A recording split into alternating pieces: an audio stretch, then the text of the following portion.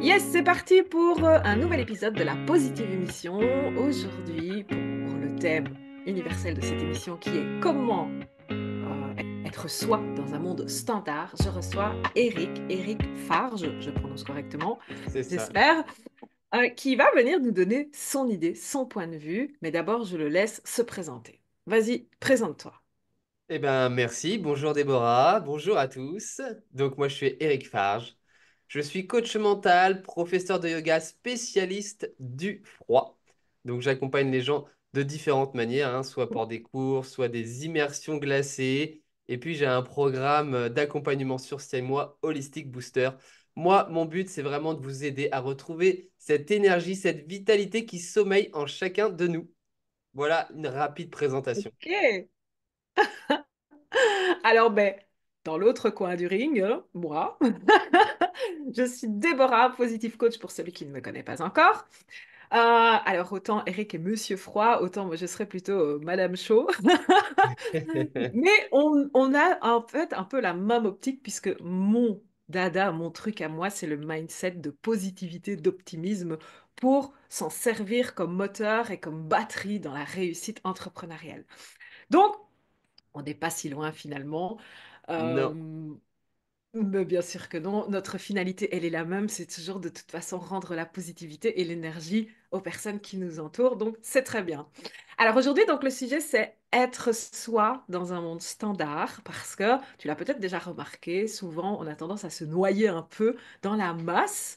Euh, et à un moment donné, ben, il faut trouver le moyen de revenir à soi sans tomber dans l'égoïsme évidemment et oublier les autres, mais justement comment être soi sans tomber dans ou le trop peu ou le trop comme les autres. Pour toi, c'est quoi être soi?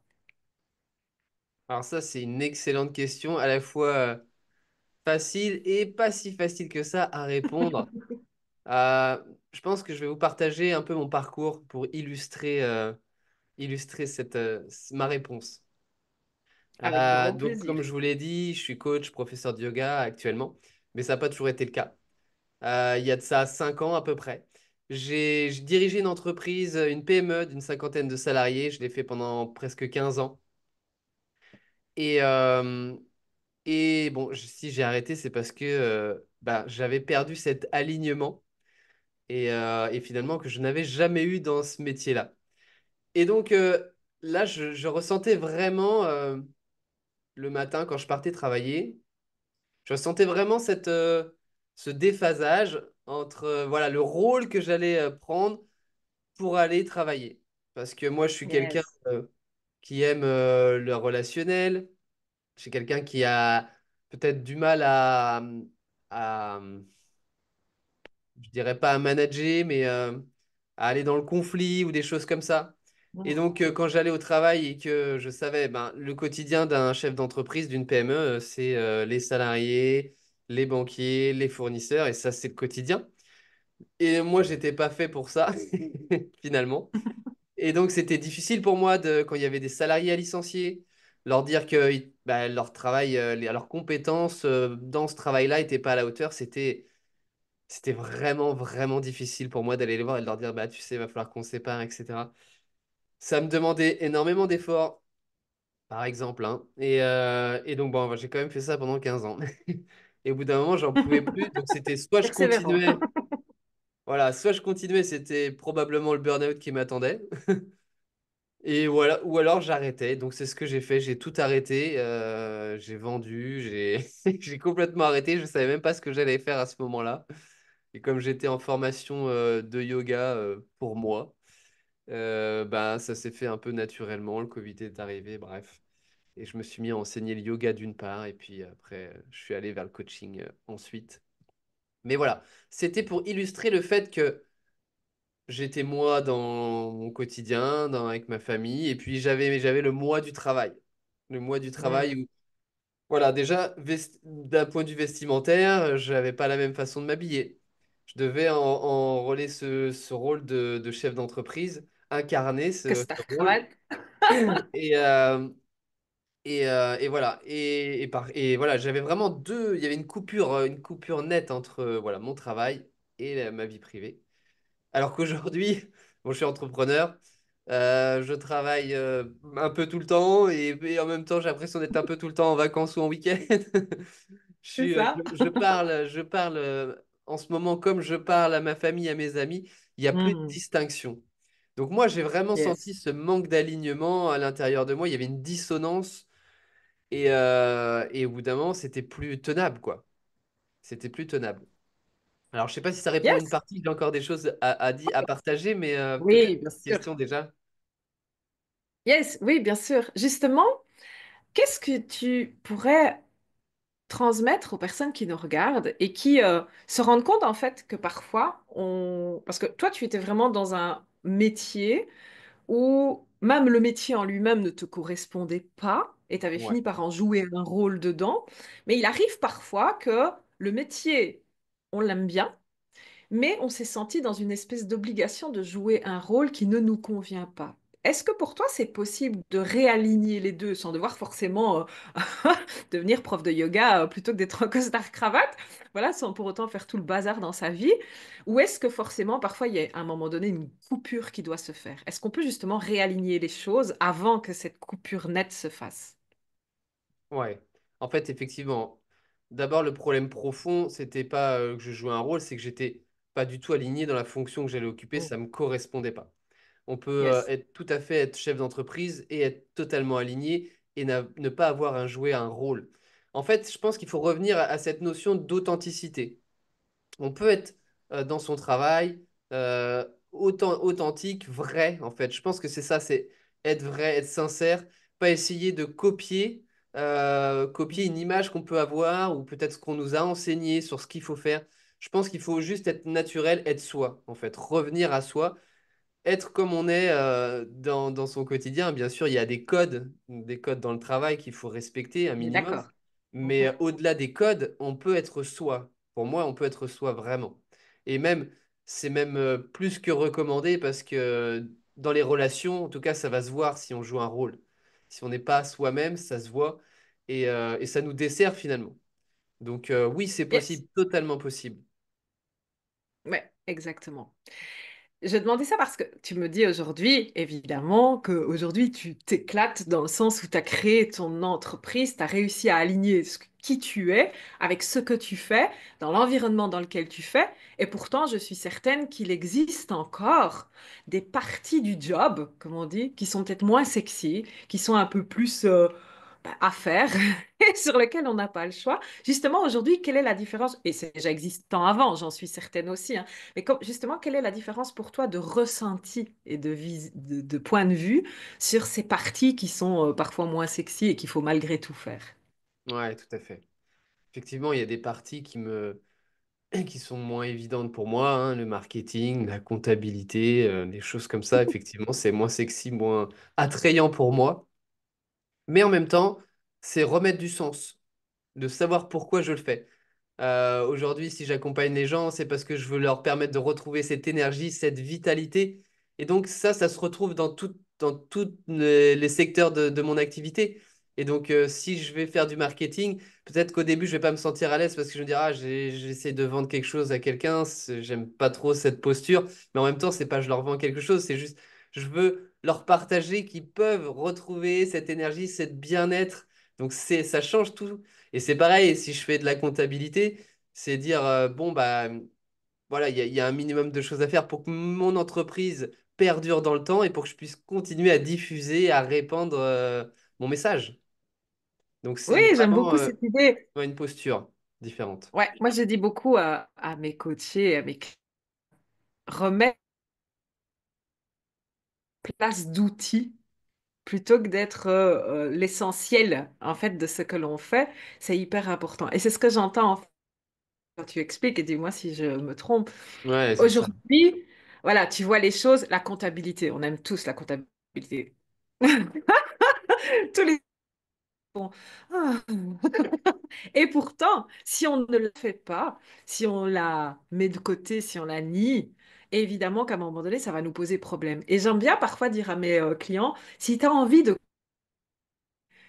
au coach, parce que j'aime bien moi, parler de jeu dans mon travail. Si tu as envie de continuer à jouer au coach, à l'accompagnant, au yogi, pourquoi pas, ben, tu es obligé de te donner les moyens pour y arriver. Sinon, il y a quelqu'un derrière qui va t'empêcher de jouer à ça. Et tu vas probablement alors te retrouver de nouveau dans l'obligation, pourquoi pas du salariat ou d'un autre métier.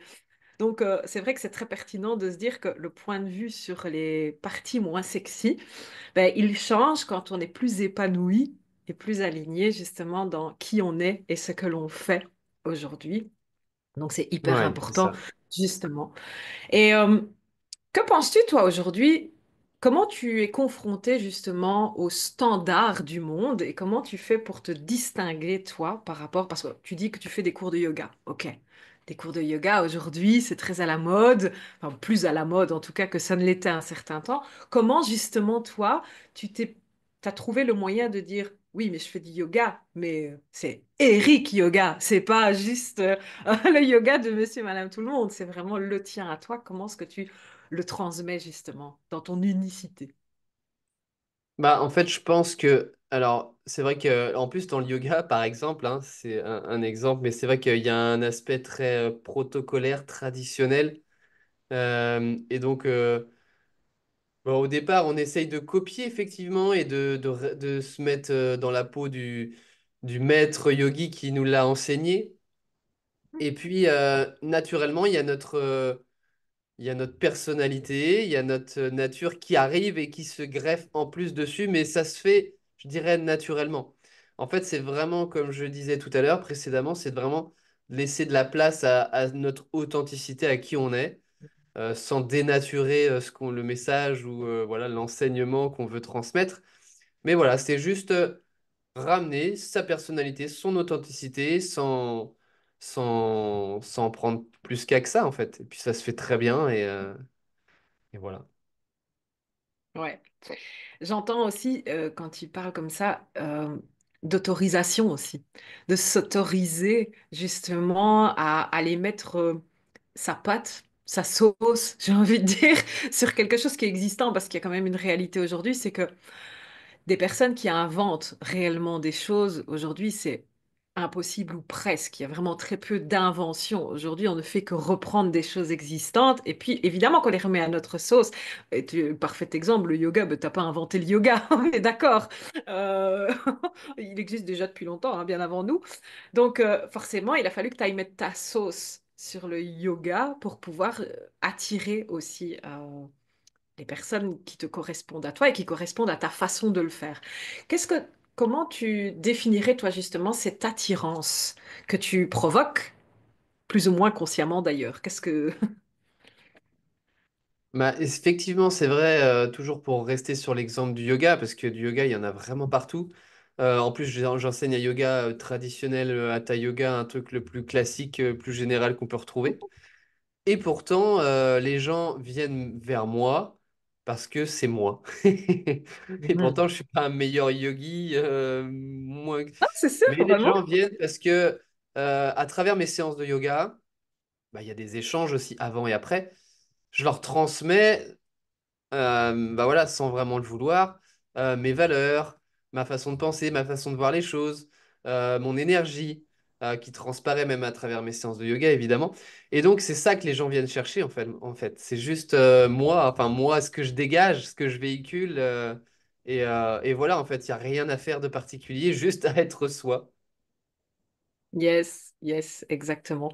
Et justement, euh, pour continuer dans cette idée-là, évidemment que comme tout le monde, tu as été débutant dans le yoga, puisque tu le dis, tu as un peu découvert le yoga il n'y a pas si longtemps finalement.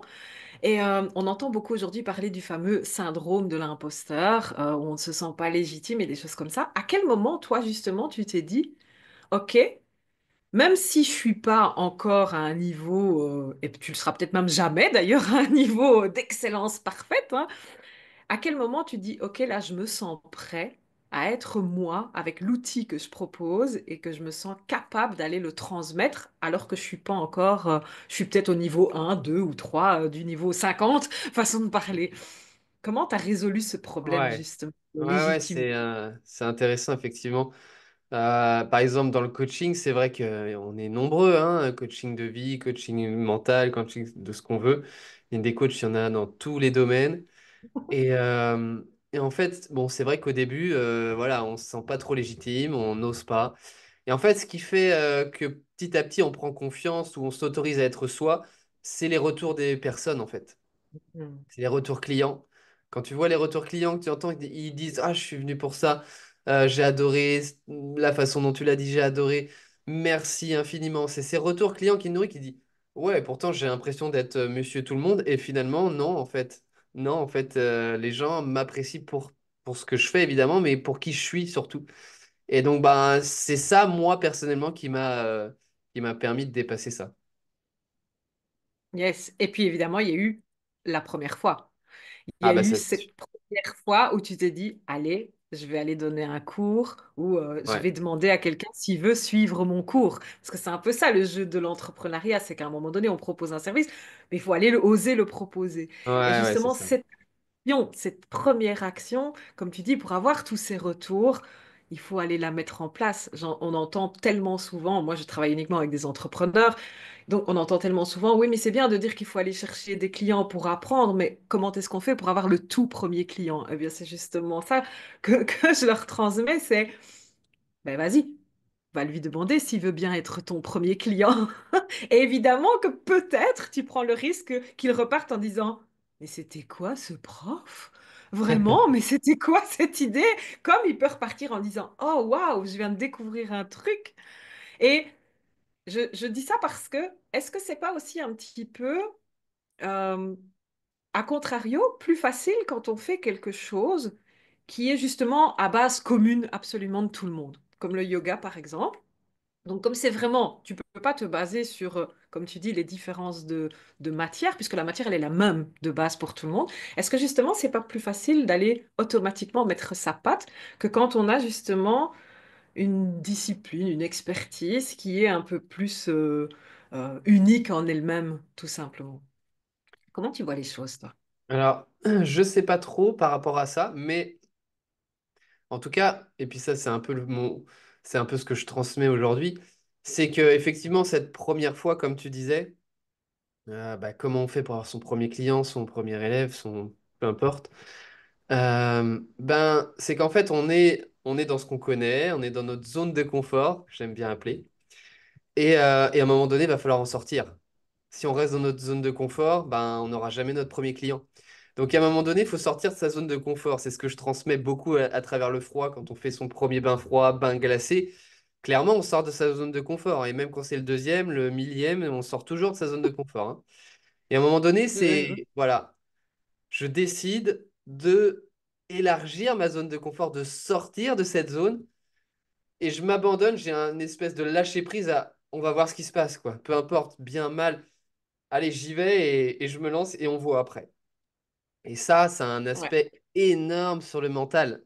Un bain glacé ou Ah un bon. bain froid, ça change notre manière de penser. Moi, ça a complètement switché ma manière de penser et de voir les choses. Et donc, bon, aujourd'hui, j'ai plus peur de me lancer dans des aventures, même si, enfin, avant, j'ai peur quand même. Mais Yes, ouais. j'y vais et je sais Oui, ben oui, qu'après, après, ça tu n'es pas va. inconscient. Voilà. Non, non, non.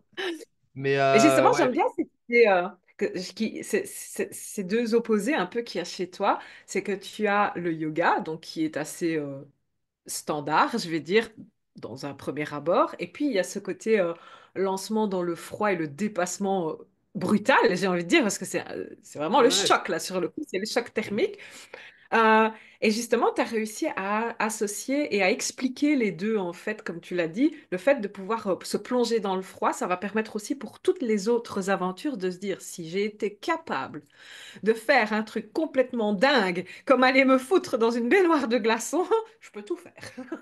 C'est un peu Exactement. Mais cette idée-là que c'est ça ressort, en fait. ah, c'est Et donc, bien tout sûr à qu'on a fait toujours ça. des peurs. Bien sûr qu'on a toujours des peurs. Mais c'est vrai que c'est assez choquant, c'est le cas de le dire. C'est un dépassement de soi, de cette idée de bain glacé, justement. Et c'est à côté de ça, il y a cette douceur qu'on imagine du yoga et qui est presque, on a envie de... Enfin, moi, j'ai été très peu voir tes réseaux pour justement être un peu comme ceux ou celles qui nous regarderont, qui ne te connaissent peut-être pas suffisamment encore. Et je vous invite vraiment à aller découvrir tout ça. Mais j'ai eu un peu cette impression de, c'est amusant d'avoir cette douceur, comme ça, ce côté rassurant, et en même temps ce côté, mais je vais te pousser dans l'eau glacée quand même, hein. Tu sais, il y a un peu ce côté, viens, et puis, plaf, je te mets dedans. Mais t'inquiète, je te rassure après, ça va aller. J'adore cette idée vraiment de... Non, mais j'adore, vraiment, c'est absolument fantastique. Et puis, Ben, il y a ouais, Marine, ta compagne ou ton épouse, je ne sais oui, pas. oui, Voilà, qui t'accompagne aussi et qui est aussi un petit peu ce côté pile et face comme ça en même temps. Je trouve ça extraordinaire. Et justement, doucement, on va terminer cette émission. Raconte-nous justement comment on peut être accompagné par toi et Marine, évidemment, qu'on rencontrera avec grand plaisir dans une autre émission plus tard. ouais. Donc bon, vous le savez, je suis professeur de yoga. Je donne des cours en présentiel en France. Euh, je partage gratuitement des petites vidéos, des petites séances de yoga sur YouTube. J'organise aussi des bains froids, des bains glacés, donc voilà, toujours en France. Et puis, pour ceux qui veulent profiter des bienfaits du froid à distance, j'ai créé un programme sur les douches froides, principalement, pour que le froid, Hmm. les bienfaits du froid puissent être accessibles à tous. Et puis avec Marine, donc ma compagne, ma femme, on a créé un accompagnement holistique, on a appelé justement Holistic Booster, un accompagnement très complet sur 6 mois, où là on accompagne vraiment les gens à se dépasser et surtout à retrouver, à être en pleine vitalité, retrouver leur énergie, leur vitalité, à sortir du stress et de la fatigue chronique. Et donc voilà, un accompagnement Yes. vraiment très très global. Ah, moi, j'adore. J'adore. Et même si mon truc à moi, c'est de me concentrer sur l'esprit mental, la positivité, l'optimisme, mais c'est exactement ce que je leur lance à faire. Moi, je les relance les défis, puis je te les envoie. Hop, Ah va bah le avec voir. plaisir. C'est lui le méchant monsieur qui va te mettre dans l'eau froide, mais ça va te faire du bien. C'est C'est ça. c'est Et à ça peu va se près faire ça. très bien en douceur. Oui, c'est ça, mais ça va te faire tout le bien du monde. Je trouve ça absolument génial. Donc, merci à toi en tout cas d'être venu nous exposer justement ta façon à toi d'être toi, alors que ben, tu es le parfait exemple d'une profession qui, dans un premier temps, pourrait être complètement standard. Et pourtant, allez voir vraiment, vous allez voir, ça n'a rien à voir avec ce que vous avez déjà vu. C'est vraiment super sympa. Donc, pour ceux qui sont en France, tu es sur la Vendée. Oui, C'est ça, hein. Donc sur la oui. Vendée. Et pour ceux qui ne sont pas si près, encore que pour un bain glacé, je pense qu'on peut se déplacer, hein. Il y a moyen de faire quelques kilomètres juste pour Ouais, l'expérience. Euh, Ça peut être quelque chose vraiment à faire. Et puis pour ceux qui veulent les suivre, donc en ligne, donc Booster Holistique, c'est en ligne de toute façon. Donc c'est ouais, accessible à tout le monde, dans le monde ouais. entier. Donc n'hésitez pas vraiment à aller le voir. Et puis, ben, pour clôturer, ben, moi, qu'est-ce que je te propose aujourd'hui? Je propose donc le Positive Club. Le Positive Club, c'est simplement donc une réunion d'entrepreneurs. On se réunit chaque semaine pour justement cultiver, entraîner, gonfler au maximum son optimisme et sa positivité, en osant venir aussi affronter ces petites difficultés qu'on n'ose pas toujours dire parce qu'on se sent un petit peu comme le débutant, celui qui n'ose pas dire quand ça va pas, celui qui... Eh bien là, on est tous là pour ça. On est là, tous là pour prendre les choses sans gravité, mais avec sérieux, malgré tout, parce qu'il y a des problèmes qui doivent être résolus et on est là pour trouver des solutions. Donc si ça t'intéresse de rejoindre le Positive Club, on est en 2025, un message c'est vite fait, on sait toujours se retrouver. Tu retrouveras de toute façon cette émission sur nos profils personnels chacun Facebook, mais également sur nos chaînes YouTube. Tu retrouveras tout en description et en commentaire. Bref, on peut nous retrouver n'importe où, facilement. Allez-y, fouillez, ou venez me demander si vous ne le trouvez pas lui, ou allez lui demander si vous ne me trouvez pas moi. On vous renseignera avec grand plaisir l'un et l'autre, sans souci. Eh bien voilà, on arrive tout doucement au bout de cette émission. Qu'est-ce que tu as envie de laisser justement aux personnes qui nous regardent sur comment être soi dans un monde standard? Soyez vous-même, laissez votre authenticité transparaître dans tous les secteurs de votre vie et vous allez voir, ça va vraiment vous changer. Merci Déborah, Et merci beaucoup. merci à toi, Eric, et à très bientôt. Ciao, ciao. Ciao, ciao.